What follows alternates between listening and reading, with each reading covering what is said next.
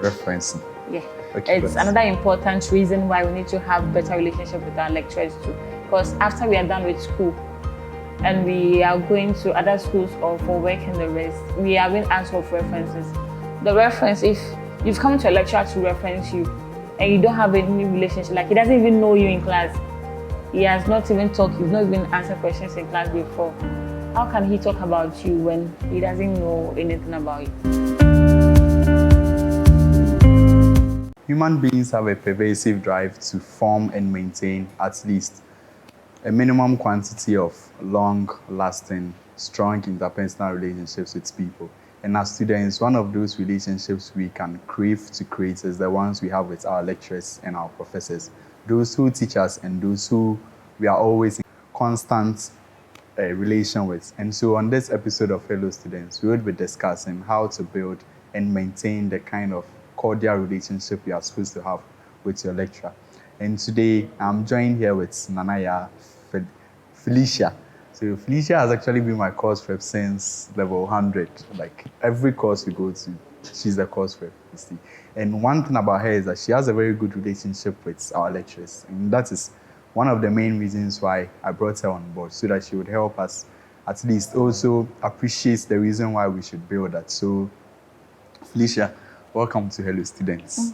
Thank you. So, as he said, I'm Nanaya, level 300 students of the University of Ghana, studying sociology and linguistics.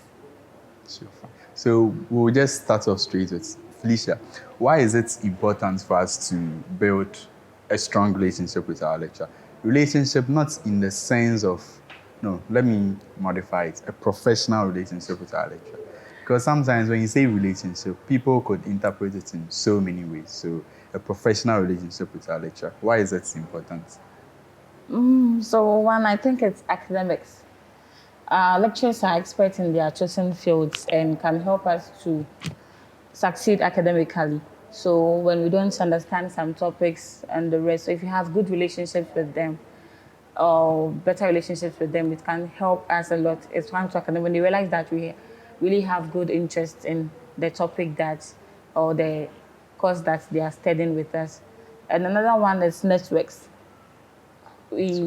Yeah, network, because as students at the end of every second semester we go for internships and the rest, and most often what we've realized is if you don't have connections or networks, you are not able to get or secure a decent place to have your internship. But if we have good relationship with our lecturers, it helps a lot because they know people who are in need of interns. So if you have good relationship with them, when we talk to them about it, they can even secure one for us. That can actually help. And another thing I realized is reference. Referencing. Yeah. Okay, It's another important reason why we need to have better relationship with our lecturers too. Because after we are done with school and we are going to other schools or for work and the rest, we are being asked for references. The reference, if you've come to a lecturer to reference you and you don't have any relationship, like he doesn't even know you in class, he has not even talked, you've not even answered questions in class before, how can he talk about you when he doesn't know anything about you? So I think these three are some of the reasons why I need to have better relationship with our lecturers. Okay, so to sum up it is, she said first, for good academics, second, for networking, and three, for referencing. And so the referencing in some other aspects is recommendations. Sometimes we ask for recommendations for people. And let's say you want an employment somewhere, and then you are asked to bring a letter of recommendation, something to show that, oh, you are who you say you are. And one of those best people that could ever give you a best recommendation is your lecturer or your teacher. And that is because this is someone that has a personal relationship with your presentation styles, how you talk, how you address issues, how you respond to issues, and all of these things counts. You understand? So if such a person is writing a recommendation for you, for me, I think that it changes everything for you. And second, when it comes to academics, you see, it's not like when you have a professional relationship with your lecturer, it's not like the lecturer will be stealing for you or the lecturer will be dashing you marks. So academics in the sense that if you don't understand something and you walk up to the lecturer and tell the lecturer that, oh, say, you thought this and you thought that and you thought that, but then I didn't understand, right? And so you want him to dedicate more time to you, right? If you have a personal relationship with him, he is more willing to do that as opposed to if you are just a ghost in the class. Let's say you just come to the class and you are just sitting down. If there's a question, there's anything, you don't respond. And then the last thing she mentioned was networking. Networking in the sense that, you see, we all need people, right? And you don't know, you see, there's this quote I saw somewhere, but I've forgotten who wrote it. It says that information is what would make you rich, right? You don't know who is hiring who. You don't know who is employing, right? But then your lecturer is in that space, and his group of friends, right, would be kind of looking for interns, kind of wanting people to work with, right? So if you have a very personal relationship with him, I think that would also help. And so this is just a summary of what she said. And so now let's move to the other aspects of it. How do we do this? How do you, first of all, a lecturer is in the class, right? So the lecturer is teaching. How do you, first of all, start that kind of relationship with the lecturer? Okay, so one thing I realized is when you go to a new class, what the lecturer does is to introduce himself first, and then he asks the whole class to also start introducing themselves. Sometimes it might take long, but he will say, I'm going to ask questions. If you answer, before you answer, introduce yourself before. Okay, so just hold on. Then I'll raise my hand. Then I'll stand up.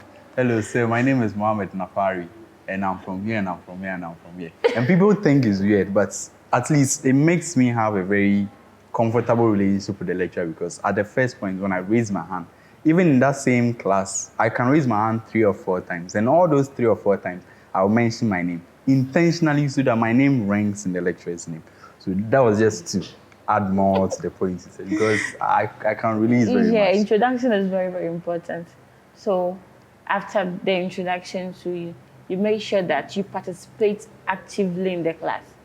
Not that every question the lecturer asks, you have to raise up your hand and answer it. It's not like that. But you have to make sure that you participate in class for you to be recognized in the class. Because if aside the lecturers, your friends will get to recognize you and know that Your friends will know you. yeah, this person is also good here in the field that you are in and everything. It's very important. And another thing is attending of lectures. Some mostly think that even if I don't go to class, my friends will attend, and at the end You'll of the fill day, attendance for me. they'll fill attendance for me. When I ask them what happened, I can copy their notes or read their notes, and that is it. But if we attend class, we not just attend the class, we go early. When you go early, if we find good, if the first front seat, middle, Okay, you like sitting front seats there. make sure you don't always be at the back.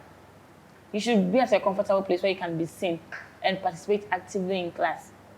Because mostly you realize when you're in class and you're at the back, you mostly lose concentration. You don't often participate. And I've realized But then let me just make a correction. There was this class we had, food and nutrition, right? And I used to sit at the back, you see. But then sitting at the back, maybe the disadvantage is that you see other people are there and then they'll be talking and all of that, so you can't really pay attention. But then when I raise my hand from the back, right, the lecturer sees me and I feel like at that space and that's when I speak, everyone turns around to look at me. So it's like, everybody's looking at me. Then the lecturer is, yes, Mapari, you this boy. So for me, I wouldn't say sitting at the back would hinder the kind of relationship we have with your lecturer. If you can sit at the back and still project enough for the lecturer to hear, I think it also helps. yeah, I agree with you to a point that, you see, with that instance, in the class, most people do not answer questions. When they ask questions, they don't raise up their hand. So you being at the back and you are able to still concentrate, you raise your hand. The lecturer is going to see you. But the situation where everyone in the class is trying to participate at the back, the possibility of the lecturer seeing you being at the back to even call you to answer is going to be difficult. Yeah, that's true. So you notice that if you come to class early, you are able to occupy the front and middle seats in the class. Okay, that confirms Yes. it because I used to go late. So that is why I sit at the back. If Yeah. I go first there, if I go early, I'll sit in front. But my banana, they've occupied all the front seats. So I'm left with no other choice than sit at the back. Because one thing that has helped me to improve my relationship with my lecturers, as she asked me, is preparing for class early and making sure I get to the class early to get A good and comfortable seat. place to sit in the class. So we need to attend class, not just attending the class, occupying it, just sit and then Like, don't You, occupy space. Make your yes, presence known, yes, right? yes. Because one thing I've realized is communication is key. You don't have to just be in the class and just listen and then you go. If you want to improve your relationship with your lecturer, before in the beginning of every semester, every lecturer gives course outline, where it talks about the syllabus and everything is going to go on throughout the semester. So I personally have to go through. We have references to other books that will help you understand the topic much better. You read about them. The ones you don't understand, you write the questions down, and the ones you deeply understand, so you put them at one side so you can compare when you come to class. So when you have problems with what is going on in the class, you can ask those questions for the lecturer to answer. Some might feel that if you're asking questions in class, it's weird, your friends won't like it because you're going No, to. but wait, there's a full episode on this intimidation and all of that. I'll put the links in the description so you can watch it to better equip yourself Yeah, very yeah. well. So don't feel that when you ask questions in class, your lecturer is going to belittle you or think you are doing something also. I don't know how to put it for the lack of word. But that also helps the lecturer to see your interest in the course you are doing. So it helps the lecturer to, whenever you ask questions, you will know whether you are serious or you are not. Because there are students who just ask unnecessary questions in class. No one is saying that because you want your lecturer to know you, then every day you have to ask questions Yeah, sure. that are That's not true. even necessary. You get it? But you make sure that you go through the syllabus. Try to study it beforehand so that when you come to class, you can pay attention. You don't just be in the class, but make your presence be felt in the class. Not only the lecturer is going to get to know you, your friends are also going to know you. So when they even have problems, they can even approach you so that you can help out. Yeah, sure. So there's also another episode, how to build and maintain friends. As a student, there's also there. I'll put descriptions that you watch that you know how to better communicate with your fellow students, right? But then now let's go back inside the details. Building a very professional relationship with your lecturer goes beyond the classroom, right? I know people who, when they come to class, they are very quiet, you won't hear them, but then behind closed doors, right? They literally can walk up to the lecturer when they have maybe like there's a topic there or there's a discussion they don't understand, right? So they walk up to the lecturer and then express, oh, say, you were saying this in class, you were saying that in class, you were saying this in class, and I don't understand. So I will need further clarification, right? That works, that is perfect. So it's not because we are saying, say, make your presence known in the lecture hall or in your classroom overrides the fact that you should find what you're comfortable with. Some people will be very comfortable with being in class and speaking. Example, if I don't understand, there in the class now, I'll tell the lecturer, say, you said this, you said that, you said this. I do not agree because of A, B, C, D. Some people might not do that, and that is fine. What we are trying to say here is that, right, you should know yourself and find your space and dominate. You understand? So there's this contact hours, right? So lecturers do have contact hours, and this Felicia just reminded me about that, and that is very important because every lecturer that comes with the course outline has his contact hours there. There are specific days that he says, oh, if you have a problem, you can meet me at this time, and then we'll discuss it.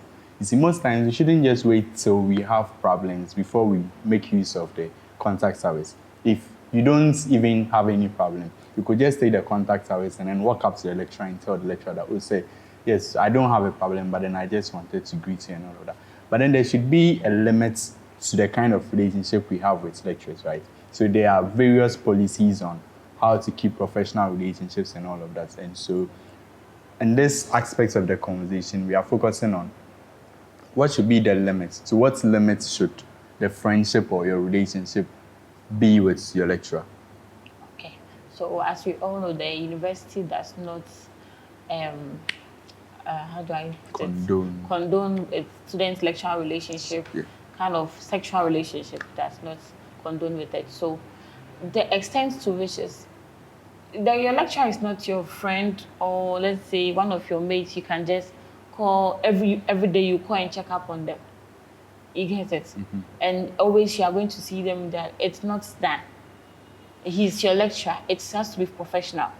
When you have problems, that's why some lecturers do not agree giving their telephone numbers their personal numbers to their students. If you want to contact them, email them and they'll let you know the time they are free or the days they are free for you to visit them. Actually, some mostly give it to their course reps so that they give their telephone numbers or their contact to their course reps. And they warn you, don't give my number out to any of the students. If they want to contact me, they should get through you or email me. And I think that is the best thing because some of we, the students, are very, very troublesome. And we are capable of anything at all. So in order to make sure that there is professional relationship between you and the lecturer, the best thing for you to do is, I think, to email them or see them during their free office hours. Some are on Tuesdays, some have specific days and the time, maybe say 1 hour or 2 hour, then you can have discuss the problem that you have with them. Okay, so for me, I personally think that, you see, your lecturers are not your mates, right? So first of all, before even having a relationship with him or her, you should know that this is not my colleague. This is not someone that I'm supposed to sit down and then send him WhatsApp message like, yo, say what's up. No, it's not done anywhere. That is not professional, right? We had an instance with a lecturer where students just come in and then they say anything, they text anything to her.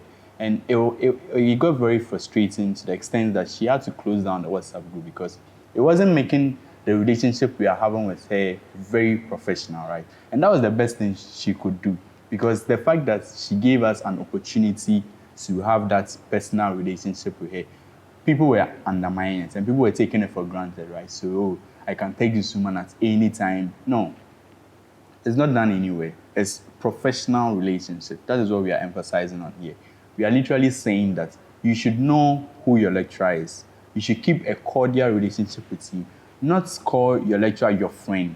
The lecturer is not your friend. He is your lecturer, right? So you can't do that. And you should know your limits. It's like, you know that this is the person, right? These are professional ways, right? I would make a note on the UG policy because I think that would also help us because every university has its own policy when it comes to the extent to which a student and lecturer relationship can go, right? And if you breach that, you yourself, you're in trouble, the lecturer is also in trouble.